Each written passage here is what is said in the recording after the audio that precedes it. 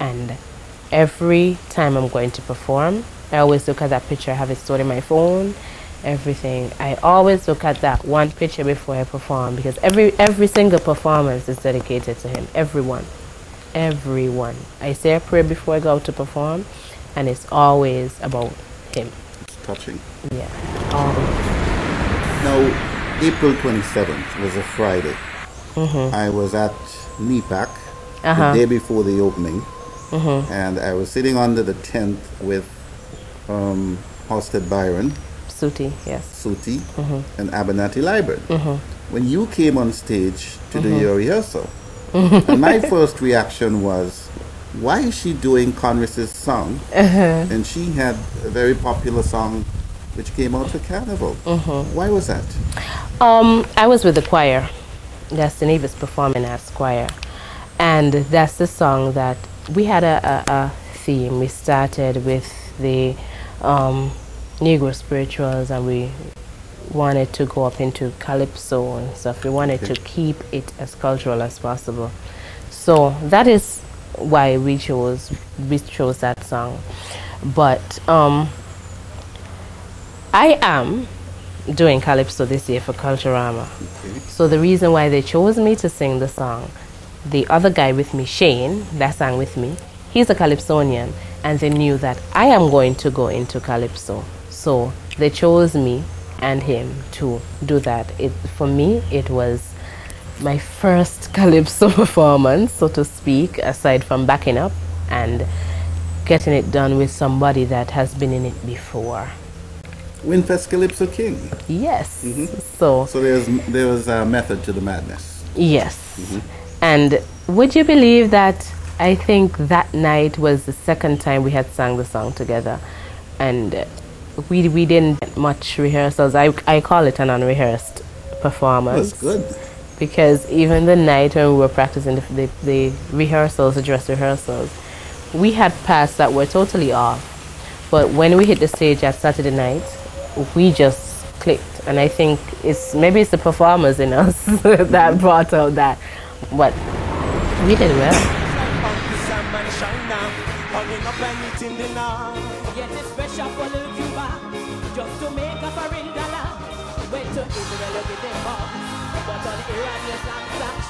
What the hell you expect when nothing goes for one but not for everyone? Oh, how I just long for good day to come when we sing all the parts to one song, one song, one song.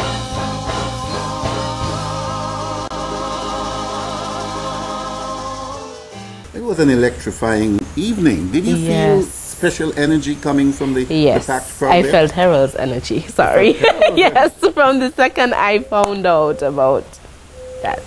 That's what I felt. You're happy that the government overwhelmed. I am so happy. I know it's not something that anybody could. His death is not something that anybody would have predicted. It's not a death that creeped up. It was a sudden death. So I know that some people would say, give him his flowers before he would have died. Nobody expected him to die so soon. Exactly. I remember the Sunday afternoon driving onto Pump Road, big crowds. I remember the Sunday morning after 9 minutes to 10, I came off the phone with him about 10:30 minutes to 11.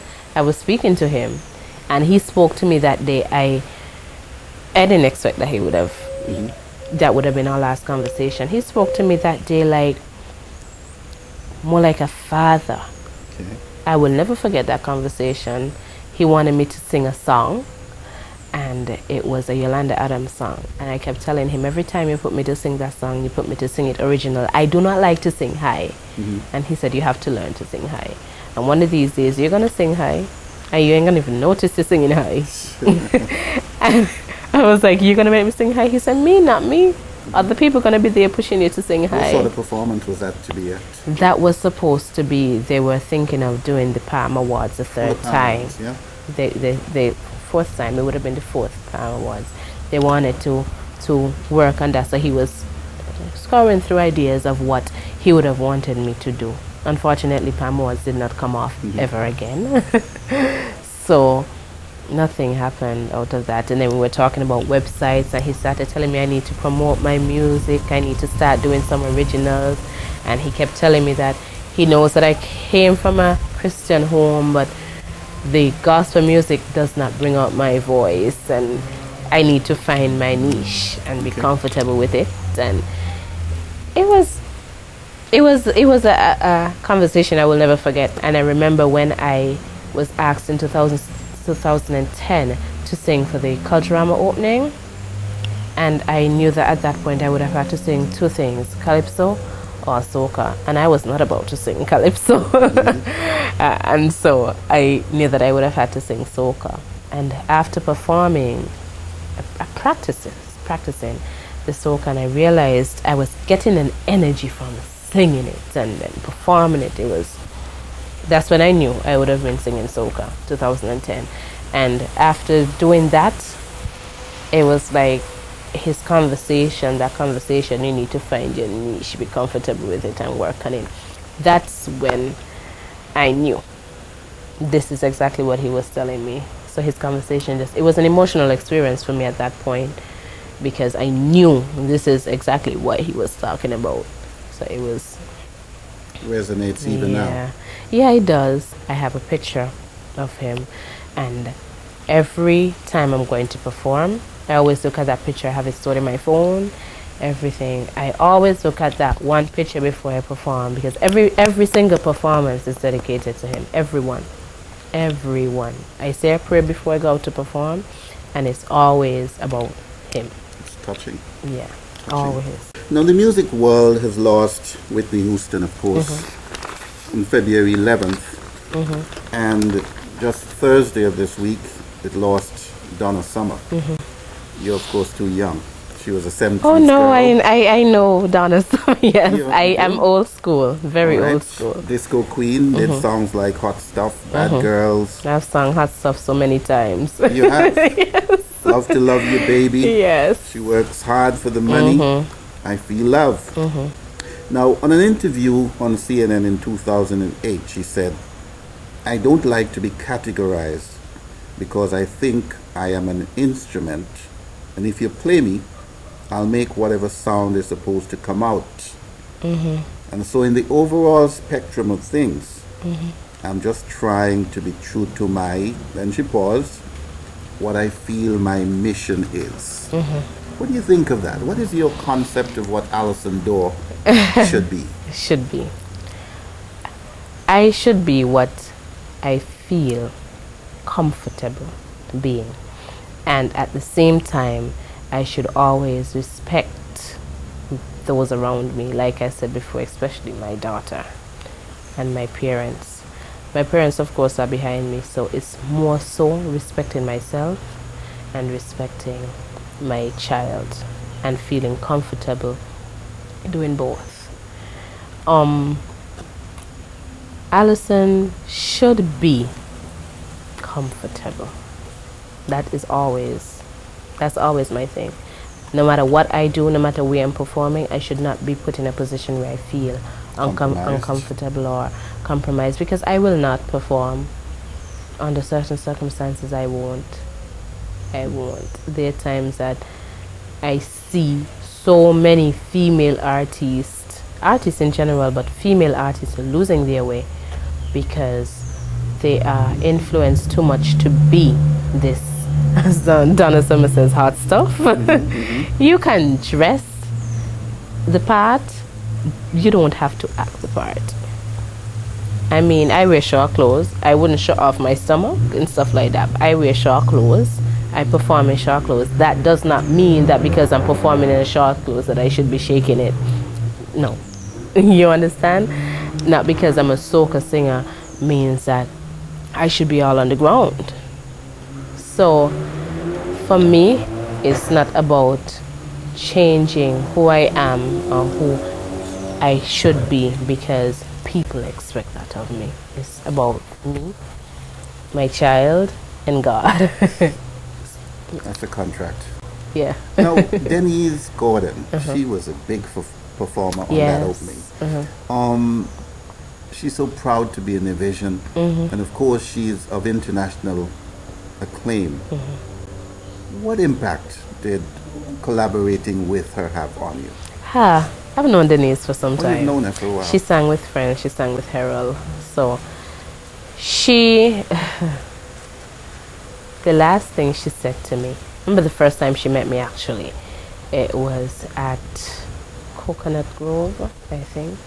No, it was Clatchadel over there. I think Livy used to run it at that point, and she had a concert there. It was shortly after Harold had passed. She was just there singing, and she said, "You can sing.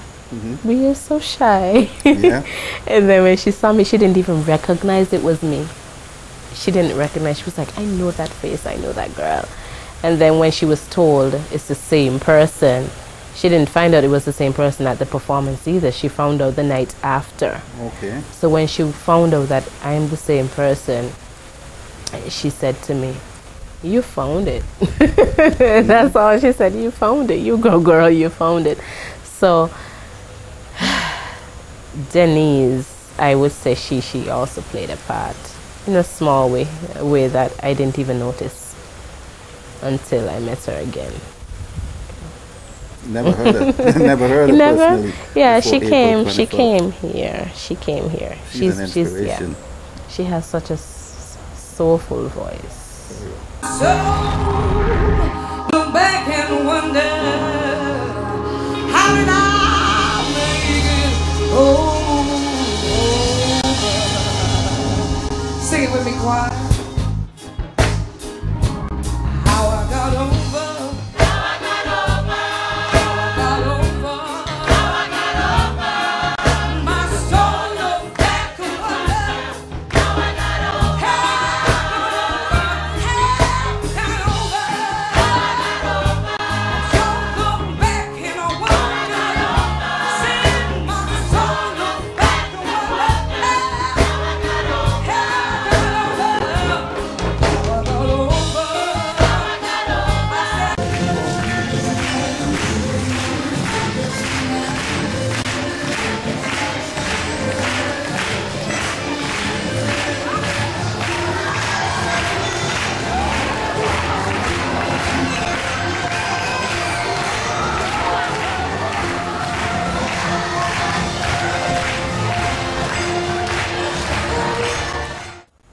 Now the Michael Harrell Auditorium, it's been open now for about 3 weeks. We've got it now, proud of it. How is that going to help the Nevisian performer? How is that going to help you? It helps who would want it to help them, I would say, because it's there, and I don't think a lot of people realize the importance of the art. They just think that it's about going out and singing and not so much putting anything into their performance. Performing arts, performing arts. You can't just go out and, like I said, sing. The Performing Arts Theatre is there to help train us into being what we are supposed to be as performers. We are so stuck in the let's say what we call them here, wilders field. We are so stuck in the new vibes and the Odyssey, and then there's our very own Calypso that we're accustomed to one thing. We need to be taught the proper way to do things. Our vocals need to be trained. Our stage techniques need to be trained. And notice I'm saying our, because I fit into that category as well. And the Performing Arts Theatre is going to bring training to us. And it's also going to be a home for all the performers. It's going to give us the opportunity to showcase what we have to offer. And it's going to be, it's not just going to be for locals alone. Because sometimes when we ask to perform, there are going to be tons of foreigners that are there. You never know who's going to be there looking at you. So that's where the training is going to be important, and your performance is going to be important. So for me personally, I look at it as, yes, the training and a way to get my music and to get myself out there. That's going to be my new home. Your new home? Yes. You're giving up Canvas Road, huh? No. No. Now Denise said to me with a bit of a chuckle, she doesn't have children, and this is when I asked her about the voice. She doesn't have children. You have a daughter, 6, going on 7, and you're a school teacher. Does all that talking have a negative impact on your voice? On my voice? Sometimes, yes. Yeah? Not so much with my daughter because she's a sweetheart. Okay. But in school, I have to be talking a lot. It does impact my voice, but I know how to deal with it. How do you deal with it? Sometimes. I can't I always tell have you if water. Uh-huh. 1. 2, I have a little thing with, I have me and the ginger beer from the Jessup's, the Culturama bar. I have a thing going on. All right. So I tend to drink the ginger beer, room temperature. Okay. Helps a lot with the voice. I make sure I don't eat a lot of ice cream and a lot of dairy products. I don't do that a lot. I gargle my throat very often, and I don't do the salt because as good as the salt is, it's harsh. It messes with the cords. I do the vinegar. So I keep my throat very, very well. I keep my vocals very well tamed. What I would do sometimes at night, I would rub up my throat and I would put on a scarf. I put on a scarf. It keeps the throat warm. The warmer you keep the throat, the better. Okay. I love doing that. What I need to do and I keep not doing is keep it warm sometimes in the daytime, because that is also important. I don't have to rub it up, just keep it warm. So sometimes you will notice that even looking at the television, you would notice some of those artists, they always have on a lot of scarves no matter where they're going. And it's because they want to keep their vocals warm. I don't do that except at night. I need to, but it's so hot. It's very hard to do. Okay. Now, your father and your 2 uncles that were here a little earlier, before you came, doing a video shoot. They're doing a big project. How does that make you feel? Proud. Something that I wanted to see happen since I was a little girl. I used to imagine my father and my uncles on the stage doing it big, and that point came for me even though I was not there physically last year when they traveled to New York to do their different projects. Just knowing, they told me they were going, and I don't think at that point it registered, you know. And then when my cousin, which is Renford's son, who I call my brother, you can't dare tell him I'm his cousin, the big one, Lorna, when he started sending me pictures via my BlackBerry, at that point I just felt so proud.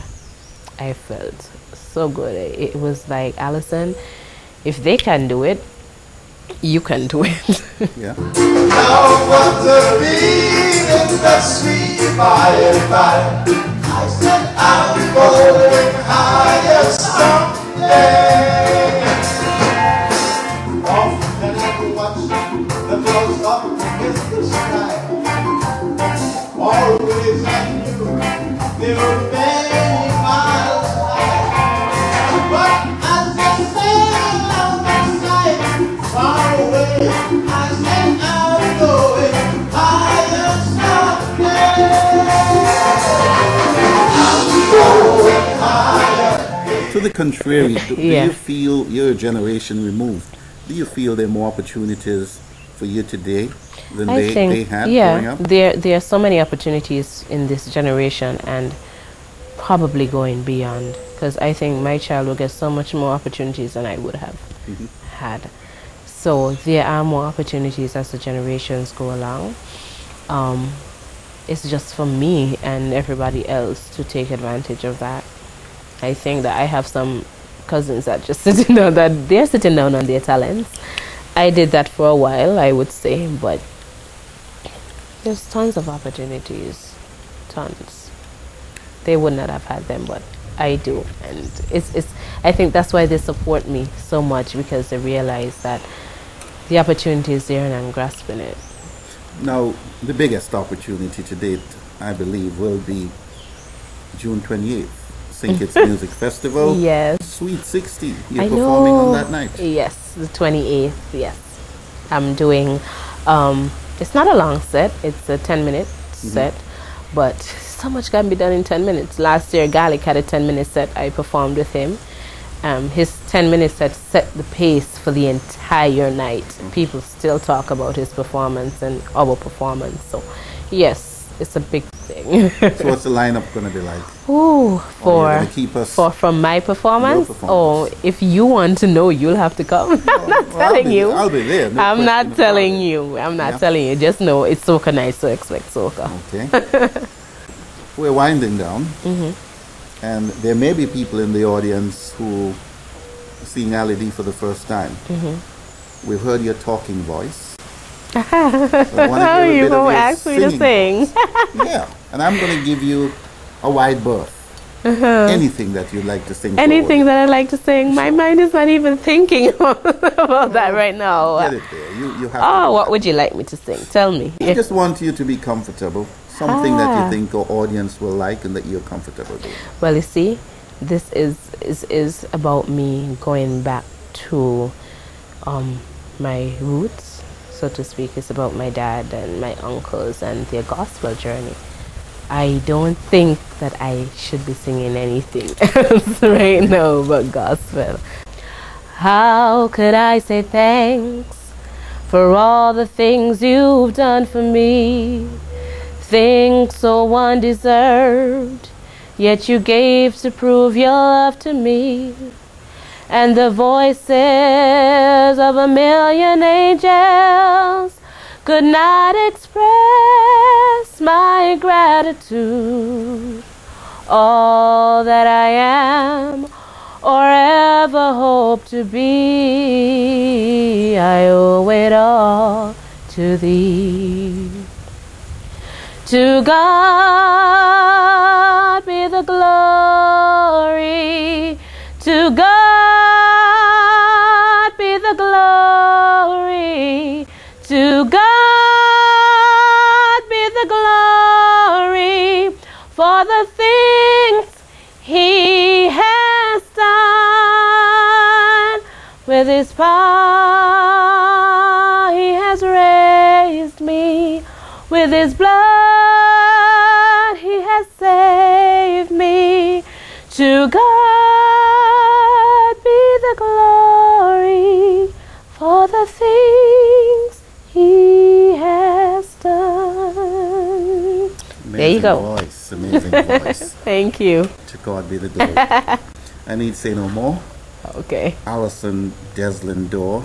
You now- call me middle name. I've got a good memory. Who is now Ali D, soca sensation, a lady who has been able to cross over from the religious to the secular and still on the improve. Best of luck to you on the St. Thank Kitts you. Music Festival Thank you. and in your future going forward. It's been a pleasure. Thank you. To God be the glory for the things He has done. With His power He has raised me. With His blood He has saved me. To God